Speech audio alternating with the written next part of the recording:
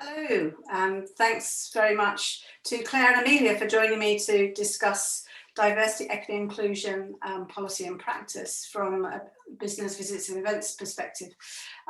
So I'm going to hand over to you both to introduce yourselves and to tell us a little bit about EVCOM. Okay, well, I'll go first. Hi, I'm Claire Fenello.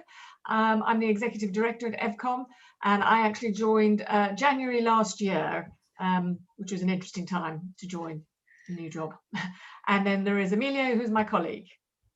Hi, I'm Amelia, and I'm the Marketing and Communications Executive at EVCOM. Thank you.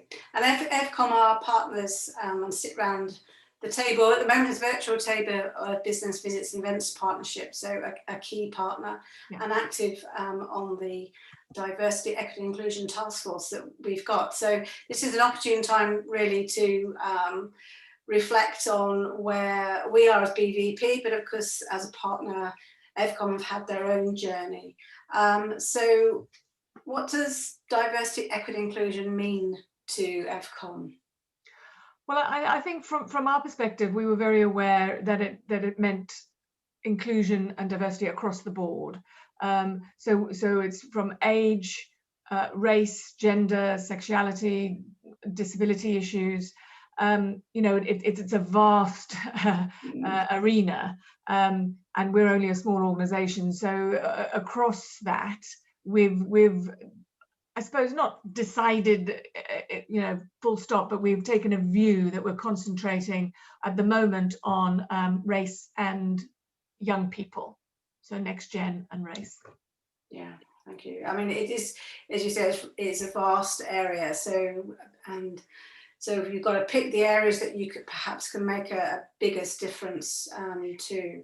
Yeah, and also it has to sort of fit in with, when you're a small organisation, is what you've got the capabilities of doing and what's within your remit to be able to do, and then you try to marry those things because then you've got impetus. Yeah. So why is the diversity, equity, inclusion important to EVCOM? I mean, as you said, you're a small organisation, you've got enough to do. So why pick up the DEI mantle? I think it's, there's a huge lack of diversity in our sector, and we straddle both corporate film and corporate events in terms of our membership. And on both sides of those industries, we see a huge lack of diversity, particularly sort of Black people, people of colour, disabled people, LGBTQIA plus community. All of those communities are underrepresented. So I think it's important, but it's also really necessary. And especially, we look at these creative industries that we're part of, which are so diverse. And we need to make sure that the organizations, the membership associations and the leaders that we, are putting on pedestals are representative of the sector that we're in. So I think that's why it's something that we're really pursuing at the moment. And sort of leads into, if we're wanting to change things, change often starts with the next generation. So for us, that seemed like a logical way to go, to also introduce new blood into the sector and new ideas, new thinking, and then you tie that in with your diversity and inclusion policies and initiatives, and then that works really, really well together. Yeah. So what policies do you have at EVCOM, if you call it that, or? Well, we took the opportunity last year to sort of look at what existed in EVCOM, and we chose to rewrite our code of ethics and give it a new focus around diversity. But I think what we decided on quite early on, it was that it's all well and good having policies and they sit there on your website, but the best way to demonstrate your policies and your ethics is to actually do something. So it's showing intent, so that what you're offering as an association, you're living and doing. So we signed on to a few policies and actions, which Amelia can possibly tell you a little bit more about. But we decided that we needed to pick one or two things and create actions.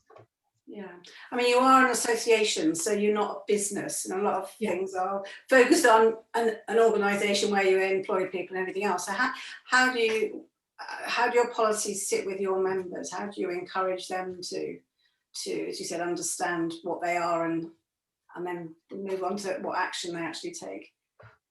Well, it's all part of being a member. You know, we encourage before people join that they make sure that they familiarize themselves with our code of conduct, our code of ethics, and that they are signing up to those. So by becoming a member, they're agreeing to play their part where they can.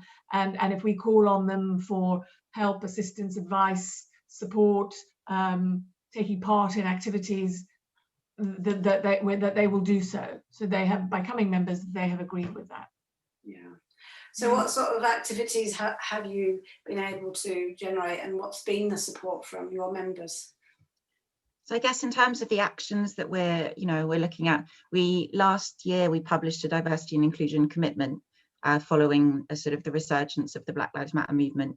And so some key sort of things in that were free membership for Black individuals and teams and Black-owned agencies and things like that.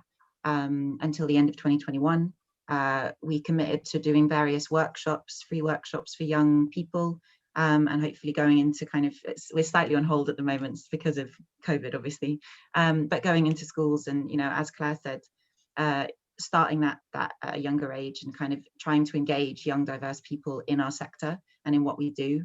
Accessibility is also something we've been working on, so looking at holding events in, accessible venues, using image descriptions on Instagram, sign language interpreters. We've committed to having one at conference. Working with venues that have strong CSR credentials, making sure that's a consideration when we're choosing venues, and also working towards having a more diverse board, because I think that's an area where we're really struggling to have that representation. But we'll talk a little bit later about the shadow board, which is one of our newer initiatives to try and tackle that from the ground up. Yeah, so lots of activity. You've been very active as one of the partners. So a great example to show up. But what to be honest, I suppose, what have been your challenges? What are your challenges in this arena? Well, for us, it's just it's Amelia and I. It's always a resource issue. Always, because at the same time we are running an association that holds conferences and multiple awards programs and manages a membership and webinars and content and which I'm sure everybody who runs an association knows that there's a lot of stuff that goes along. So it's just resource. And then of course, because of the situation we found ourselves in with the pandemic, everyone's been financially hit. People are cutting costs where they can, where we would normally maybe have got sponsorship to do certain things. That's been really difficult.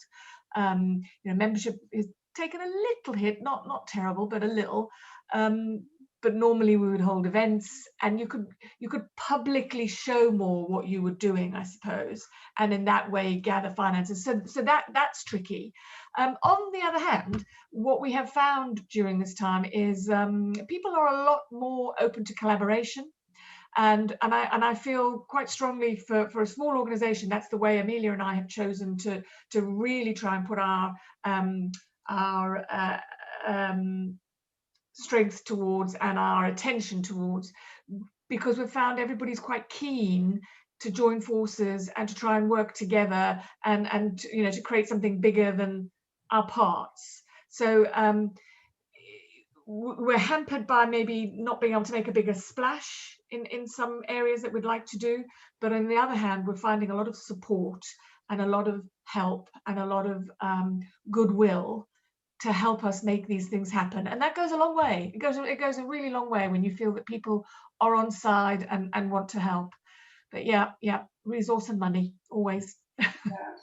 I mean, have you seen any attitudinal challenges, or have you had quite a lot of support? Yeah, I think we've seen a huge amount of support, honestly. Yeah. People have really been behind it. People have been really keen to support and give advice,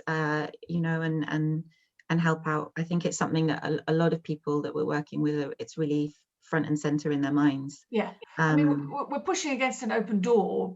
Everybody's aware of the problem and wants to help and wants to fix it. But I think for companies, you know, their eye is on their bottom line and they're keeping their staff and just keeping afloat. So whilst they think, yep, great idea, it can be slightly intimidating. It's a big subject. They don't quite know where to start sometimes. And again, it's time and where to start. So they're very keen to help when someone else does it. So that's us where we can. Yeah. So what have been your successes? I'd say sort of two of our kind of our key successes, I'd say, would be the Focus Award is one of them, which we started last year. And it was an award for 18 to 25-year-old Black filmmakers and filmmakers of colour. They were asked to send in a short film, and everyone who was shortlisted got access to some kind of mentorship opportunity. So that was sort of an afternoon session where they had a chance to get feedback on their film and also ask questions about the corporate film industry. And then the overall winner got a year's worth of mentorship with 3 of the top corporate film companies. So that felt like a really great step forwards, and we're going to be doing that annually, and we're also going to be launching an events version of that award this year. And our other initiative that I think we're quite proud of is the Shadow Board, which is again 18 to 25-year-olds from a range of diverse backgrounds, and it's about setting up a shadow board that can feed perspective, ideas into the senior board and can contribute, and hopefully we'll be able to make some of their ideas happen, ideas they have for events, ideas they have for how we need to communicate. And so it's about kind of, engaging young people in EVCOM, but also trying to engage young people in our sector, because I think a lot of people, they think of festivals when they think of events, and they don't know about the corporate event sector in the same way, and the same in the film sector. People know about feature films, but not necessarily corporate films. So I think it's about sort of trying to change that and trying to reach the right people. So we're trying to be really active in that. And the hope is that, as these young people work and go through their own growth, we can potentially move them, we hope, up into the senior board as representatives, or 1 or 2 of them at least, so that they actually sit on the main board and can start to really influence what goes on. And I would also add that the shadow board, we've tried to make sure that it's truly representative, and that covers gender, race, socioeconomic background, sexual orientation, the whole, because it's particularly as we've come out of this pandemic, I think so much has changed. And I think what everybody is going to realize is that the voices of the young are what will guide us going forward, particularly around technology and consumption and the way media is used and how people view things and interact with things, and the whole experiential nature of stuff. We really need to listen.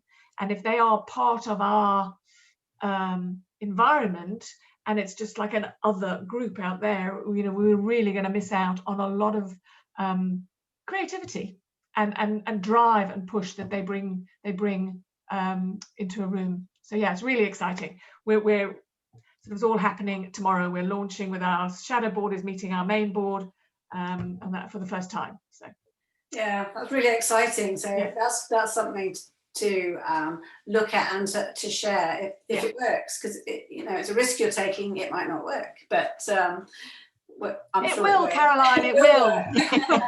It'll be brilliant. It certainly will. I suppose, and you're lucky that in a way you can select that board, whereas your main board you can't. You personally can't select that. So that's what we have with existing committees and things that they're sort of there. Yeah, and because these young people have sort of self-selected themselves. They're the enthusiastic. They think they've got something to offer. They've put themselves forward. So they're in the right frame of mind. Yeah, fingers crossed. So that's really answering my next question, isn't it? You've already set it up for the future, haven't you? What do you see in the future? We're sure it'll. We will have to make changes, and we'll have to adapt, and it might morph into something else because as you say, it's a new trial thing. So it may turn into something else through time, but we're hoping that the people on the board, the shadow board, will guide us in that, you know, so it becomes the thing that works for them rather than the thing that works for us. You know, we have to make sure it's working for them as well as us. It can't just be about EVCOM. Yeah, and that's an interesting paradigm, isn't it? Is what is the future going to be like? Because associations have a very clear structure, and in a way we want to disrupt that in a positive way, so it has sustainability and can be resilient for whatever's thrown at it, like the pandemic. Yeah, well, I'm a firm believer in disruption, I have to say. I think associations who represent sectors, you know, need to be moving and need to be slightly more nimble and fleet of foot than they perhaps sometimes are, because we do get, I hate to say the word bogged down, but there is a certain amount of, you know, you can feel slightly restricted by what expectation and what people think you should be doing, and sometimes it's just you have to be bold and just go out and do it and take the flack afterwards. Or be praised for well, hopefully taking that initiative. I mean, in terms of diversity, equity, inclusion, as Amelia said, a lot of what BVEP has done has been kickstarted by Black Lives Matter last year, and we've seen that positive, as you said, opening of the door to actually do something. But it's, well, what is it we're going to do? And people, I've already had a little bit of feedback in terms of, oh, it's DEI again, or it's sustainability, and some people are getting tired by it. Is this something, do you think, that we'll ever be in a position that we don't need to label something as diversity, equity and inclusion, because things have actually changed? Yeah, I'm not sure, or I think at least not for a very long time, but I do think the focus of how we define DEI is always going to be shifting. And so I expect that will change. I think, you know, we've, over the last couple of decades, we've had a focus on women and representation of women. There's still much that needs to be done there, but, you know, that's improved a lot. Now I think there's a focus on race, and I think that's fantastic. Hopefully soon we'll see a focus on trans people and creating more gender inclusive events, you know. But I think society is always changing, so there's always going to be a need to adapt our DEI policies to these changes and to, you know, the people that we're working with. So I imagine there'll always be some need for it, but I don't necessarily think that's a bad thing, you know, to always be engaged in striving for active change. And I also think we all need to be reacting faster. I mean, you know, I was talking to Amelia just the other day, like saying, you know, when I was younger, it was all about getting women on boards and in the boardroom and at senior levels. And I can look back now at my age and think, right, well, strides have been made, but dear God, it's taken 25 years, you know, and that's too long. That is too long. And we can't afford to spend that long on every group that we're trying to include. You know, it just needs to be inclusive, all of it. And we just need to have to change our frame of references and our frame of mind and just say we need to be inclusive across everything. And then hopefully we won't need to take 25 years to get to the next stage, because that's no good. No, and I think you're right. That's where we started off the story with, it's such a broad area, but actually it narrows down to the fact it's about us and our attitude and our approach and the way that we deal with people. We're a people industry, aren't we? So and I do think it's interesting, you get these like seismic moments like, you know, Black Lives Matter that really changed gear. And I think for a lot of people that turned it from we really should do something about this to right now we have to do something. And I think, you know, it galvanized people, and it's unfortunate that you have to get to that stage, but it has accelerated things, I think, which is a good thing. Yeah. So thank you both very much for your insights and your we'll tell you how it goes. but particularly your enthusiasm. As you said, it has to have committed people, has to have people who lean forward and support and take those risks. And we need our sector to reflect you know, the people around us. We can't continue. If you're working in the media and you are reflecting it with stories and film and events and brand experience, it's got to reflect the population. Yeah, and not just in front of the camera or in the customers of our events, but everyone behind. Everywhere. Yeah, quite. Yeah. Right, thank you both very much, and I will see you soon. Thanks, Caroline. Thank you.